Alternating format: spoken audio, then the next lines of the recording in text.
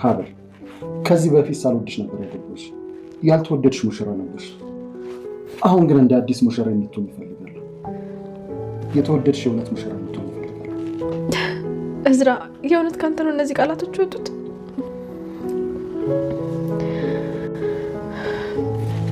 እባክሽ አታልቅሽ ሌሊት። የኔ ፍቅር ታገቢኛለሽ? አዎ በደንብ ነው የማገባው። መቶ ጊዜ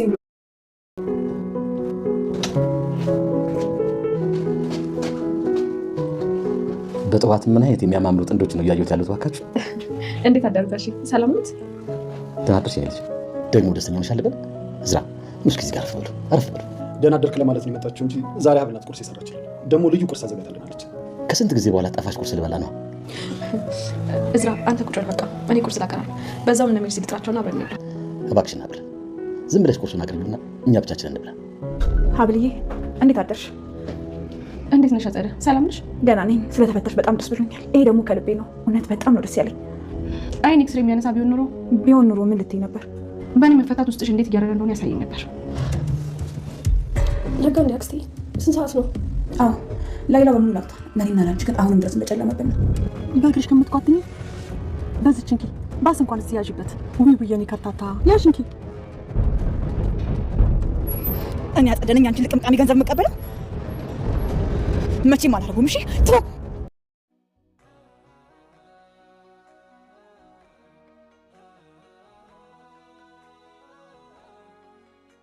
ሀብልና እዝራ በድጋሚ ተሞሸሩ። አቶ እስክንድር በሀብልና በእዝራ እጅግ በጣም ደስተኛ ቢሆንም ግን ደግሞ በአጸዴና በሜርሲ ምክንያት ቤተሰቡ በድጋሚ ሰላሙን አጥቷል።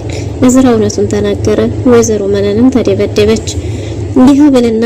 የሀብል እናት ኮኩሻን ልጇ አድርጋ አምና ተቀበለች። ሰላም ጤና ይስጥልን ውድና የተወደዳችሁ እንደምን አላችሁ? በእያላችሁበት የዓለም ዳርቻ ሰላማችሁ በዘት ተረፍ ይበል እያልን መተናል። በቅንነት ላይክ፣ ሼር፣ ሰብስክራይብ እያደረጋችሁ ቤተሰብ አድርጉን። ሀብል ከእስር ቤት ከተፈታችበት ሰዓት ጀምሮ እስካሁን ባላት ቆይታ እጅግ በጣም ደስተኛ ሆናለች።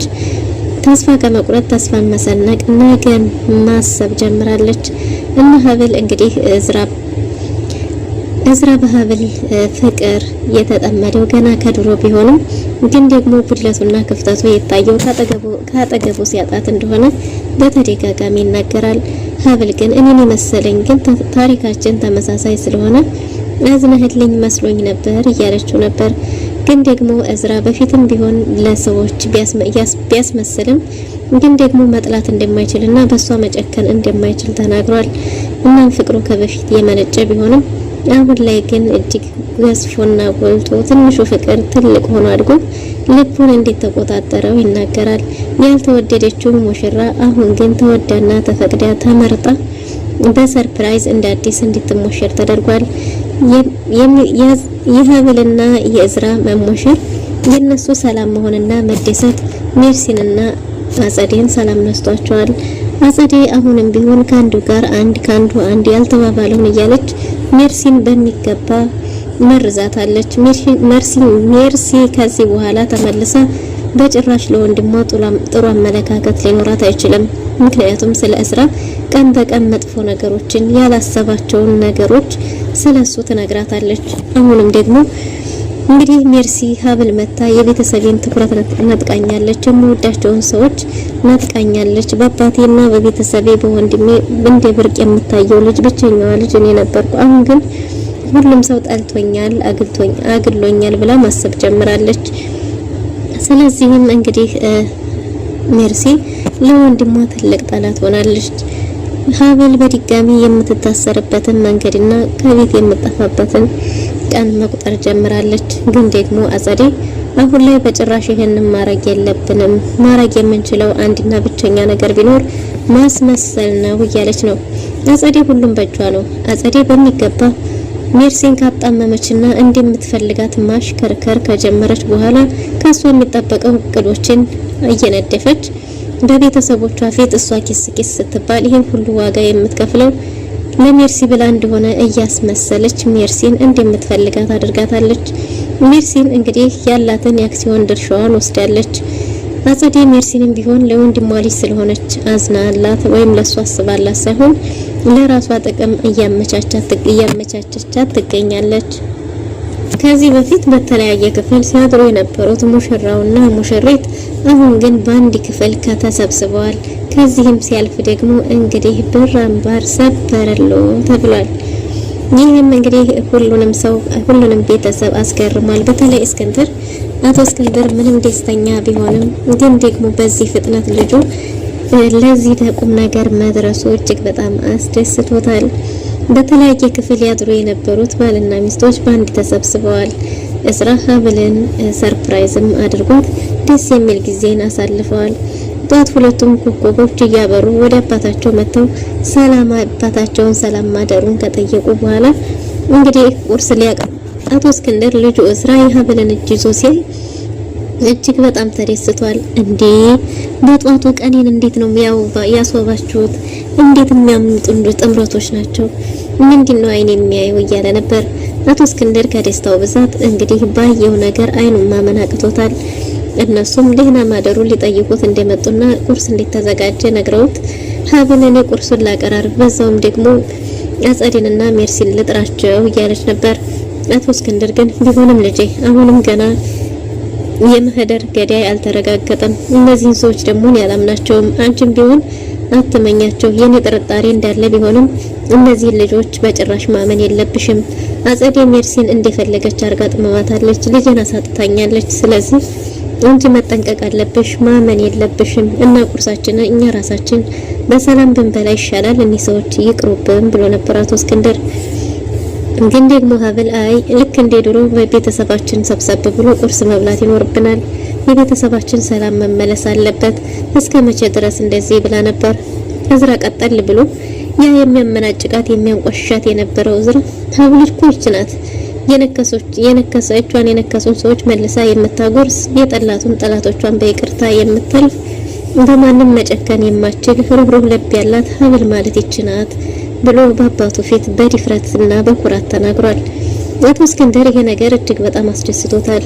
አቶ እስክንድር ህመሙ እየተባባሰ በሄደ ጊዜ ከመሞቱ በፊት ልጁ ጥሩ ትዳር ኖሮት እንዲሁም ደግሞ የልጅ አሳይቶት መሞትን የዘወትር ምኞቱ ነበር።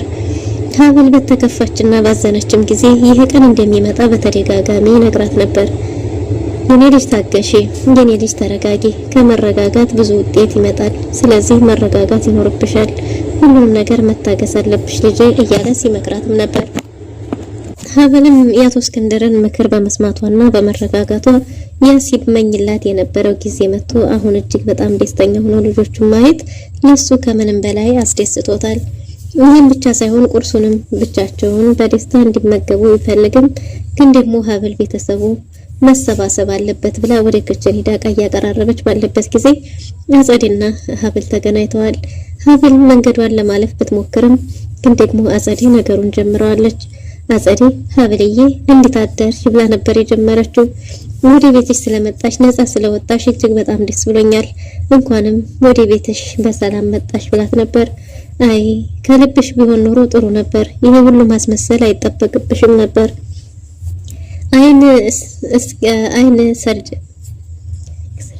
አይን ኤክስሬ ቢያነሳ ኖሮ አይን ባይንሽ እንዴት የኔ መፈታት ምን ያህል እያቃጠለሽ እንደሆነ ማየት እችል ነበር። ግን ደግሞ ማስመሰሉ ይቅርብሽ።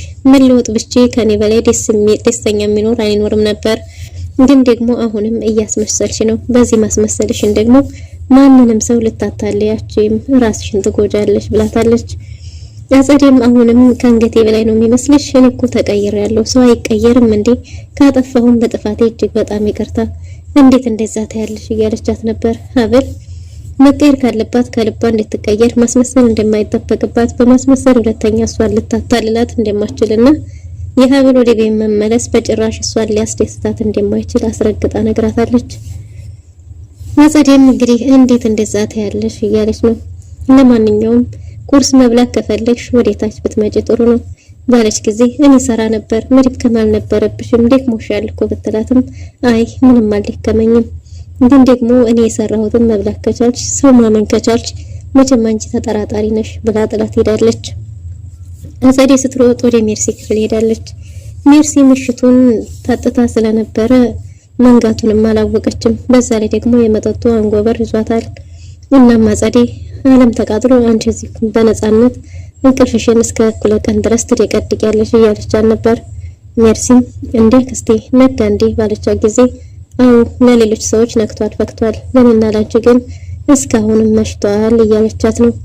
ምን እንዴት ተፈጠረ በጠየቀቻት ጊዜም እንግዲህ ቤተሰቡ በሙሉ ተሰባስቦ በደስታ ቁርስ ሊቋደስ እንደሆነና እሷም ወደ ቁርሱ መሄድ እንዳለባቸውና ማስመሰል እንዳለባቸው አሁን ላይ ለሀብል ጥሩ ሆኖ መቅረብ እንዳለባቸው በሀብል ደካማ ጎን እሱን እንደባብ ነድፈው መጣል እንደሚችሉ አሁንም ሌላ አዲስ ቀመር አውጥታለች።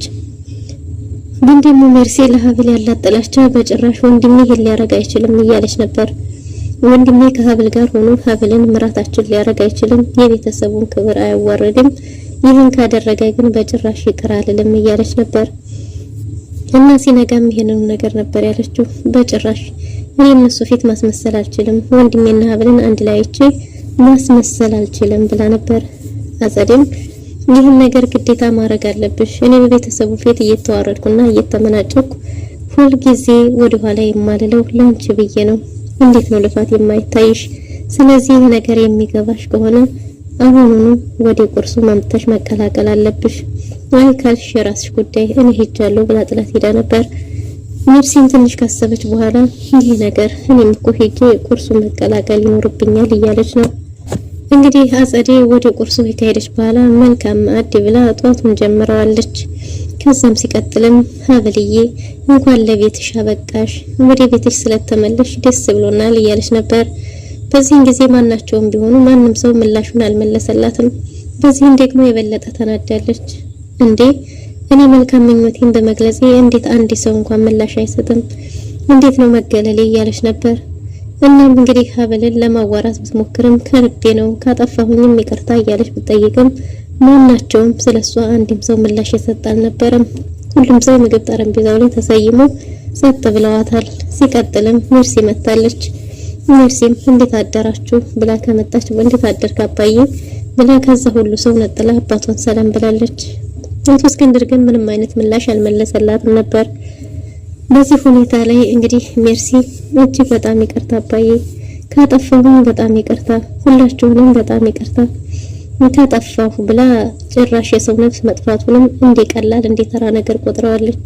ለጊዜው ቢኒያም ለመርማሪ ፖሊሶቹ ጥያቄ የሚሆን መልእክት ተናግሯል።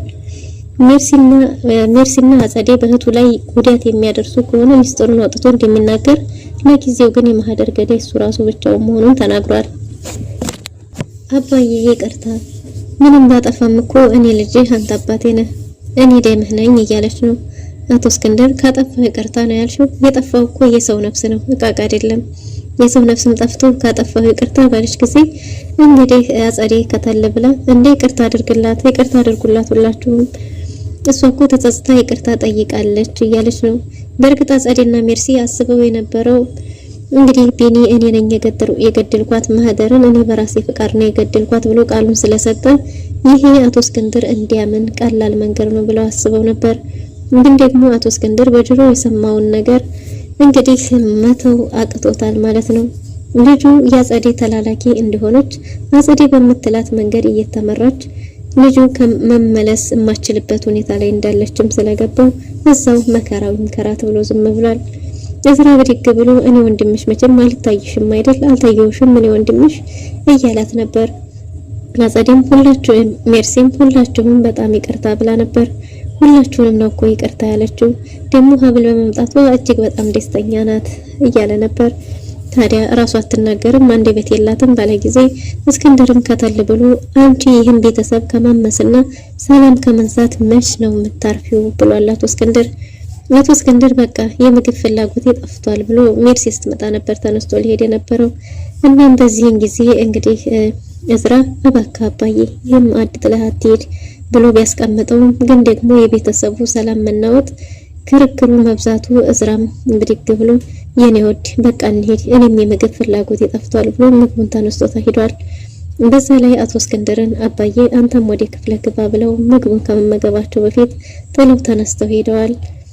አጸዴ እንዴት አንድ ቃል እንኳን ታጫለሽ? እኔ ይሄን ሁሉ ነገር ስጨቃጨቅ በቤተሰብ እንዲስዋረድና ስሰደብ ይሄ ሁሉ ነገር የሚሆነው ላንቺ ብዬ አይደለም ወይ? እንዴት አንድ ቃል እንኳን ታጫለሽ እያለች ነበር። አቶ እስክንድርም እንግዲህ ሜርሲንና አጸዴን እናንተ ያላችሁ ይሄ ቤት ሰላም የሚሆነው መች ነው? አንድ ቀን እንኳን በስተት እንዴት ሰላማዊ ሰው መሆን ያቅታችኋል ብሎ ተሳድቦና አዋርዷቸው ጥሏቸው ሄዷል። በዚህም የተነሳ አጸዴ ላንቺ ብዬ ነው ይሄን ሁሉ ዋጋ እየከፈልኩ ያለሁት፣ አንቺ ግን አንድ ቃል እንኳን ማውጣት ከበደሽ ብላ ከሜርሲ ጋር ተጣልታለች። ሜርሲ እንዴ እኔ እኮ እነሱን አንድ ላይ ሳያቸው ድንዴኔ እንዲፈላ ማን በነገረሽ እያለች ነው። ኩኩሻ ከተኙ አይቀር ብላ ተመችቷት ለሽ ብላ ቀርታለች። የሀብል እናትም እጅግ በጣም ተጨናንቃለች። ወይዘሮ መነንም እንግዲህ እንደምንም ከቀሰቀሰች በኋላ ኩኩሻ እኔ ካንቺ ውጭ እናት የለኝም፣ አንቺ ብቻ ነሽ እናቴ፣ ለምን ጥለሽኝ ሄድሽ ብላ ትወናውን በሚገባ ተወጥቷለች። ኩኩሻ እንግዲህ ብዙ ብታወራ ኖሮ ሊያመልጣት የሚችል ነገር ነበር፣ ግን ደግሞ ለብሩ ብላ ከንግግሮቿም ተቆጥባ መጸዳጃ ቤት ልሄድ ብላ የልቧን ተናግራ ብቻዋን አውርታ ወጥቷላት ተመልሳ መጣለች። እኔ ደክሞኛል ማረፍ ፈልጋለሁ ብላ ወደ ክፍሏ ገብታለች። ወይዘሮ መነን ሐሳቧ የተሳካላት ይመስላል። እንግዲህ የሀብል እናትም ሚስጥሯን በሙሉ ለወይዘሮ መነን ነግራታለች። የሀብል አባት እንግሊዝ ሀገር እንደሆነ ታውቃለች። ይህን በነገረቻት ጊዜ የሀብት መጠኗ ከፍ እንዲል ከፍ አርጋ ታምናለች። ወይዘሮ መነን እንግዲህ ከሀብል ከእናቷ ብቻ ሳይሆን ከአባቷም ገቢ ያገኛለሁ ብላ ሌላ እቅድ ነድፋለች። በእርግጥም የሀብል እናት መጀመሪያ አባቷ ያለበትን ሁኔታ ብናቅ ይሻል ነበር። በዚህ እኔ ፍቅር ብቻ በቂ ይመስለኝ ነበር፣ ግን ደግሞ ቤተሰቦቹ ድንገት እኔና እሱ እየተዋደድን እሱን ወደ ውጭ ወደ እንግሊዝ ላኩት። በዚህን ጊዜ ነበር አጣብቂኝ ውስጥ ስለነበርኩ ልጄን ትቼ ሄድኩት ብላለች። እንግዲህ ኩኩሻም ገንዘቡን ቶሎ አፍጥኙና ከዚህ ድራማ በወጣ ይሻላል እያለች ነው። ወይዘሮ መነንም ቸኩዬማ ቶሎ ብዬ አልፈቅድላትም፣ ያሆነ ማለት ዋጋሽ ይረክሳል እያለች ነው። ሀብል ስለናቷ ብታቅና እንግዲህ ወይ ኩኩሻ በድጋሚ ከእዝራ ጋር ቢገናኙ ምናልባት ሀብል ከናቷ ጋር የምትገናኝበት መንገድ ሊኖር ይችላል። የሀብል እናት ልጇ ያልሆነችውን ኩኩሻ ልጅ ሀብል ብላ እስከ መቼ ድረስ አብረው ሊኖሩ ይችላል ይሆን? ወይዘሮ መነን አሁን ከድሮ ከፍ ትብላለች። ከጎዳና ተነስታ በግል ሾፌር መንቀሳቀስ ጀምራለች። አጸዴ በመንገድ ላይ ከልተው ስትል ወይዘሮ መነን መፈጠሯ እንዲቀርገ በክላክስ ጠርታታለች። ከጠራቻት በኋላ እንግዲህ በዚህ ክረምት ወዴት ነው የምትንከራተችው? መኪናሽን እዝራ ቀማሽ አይደል እያለች ተሳለቅባት ነበር። አጸዴም ከየት አባሽ አምጥተሽ ነው ከወንድሜ እየደበቅሽ ገንዘብ ታስቀምጪ ነበር አይደል? ከየት አባሽ ነው ያመጣሽው? አንድ ሁለት እያሉ አስፋልት ላይ መጨቃጨቅ ጀምረዋል። በስተመጨረሻም ወይዘሮ መነን 200 ብር ብቅ አርጋ ይሄው አየሽው አይደል? በዚህ ክረምት አንቺ በእግርሽ ተንከራተቻለሽ፣ እኔ ደግሞ በሹፌር እስቲ እንጂ የባስ እንኳን ቢሆንሽ ብላ 200 ብር አውጥታ ሰጣታለች። በዚህን ጊዜ አጸዳ ደሞ ተንተካትኮ ተፍታባታለች። ወይዘሮ መነንም ስትተፋባት ተናደ ማን ላይ ነው ተፋሽው እንዴት ተፊብኛለሽ ብላ ከመኪና ወርዳ ድብድብ ገጥመዋል። ወይዘሮ መነንን ጥላት ድብድባታለች። ሹፌሩም ወርዶ ለመገላገል እየተጋበዘ ነው። በስተመጨረሻስ ምን ሊፈጠር ይችል ይሆን? ውድና የተወደዳችሁ ለዛሬ ነበረን ቆይታ ይህን ይመስል ነበር። በቀጣይ እስከምንገናኝ መልካም ጊዜ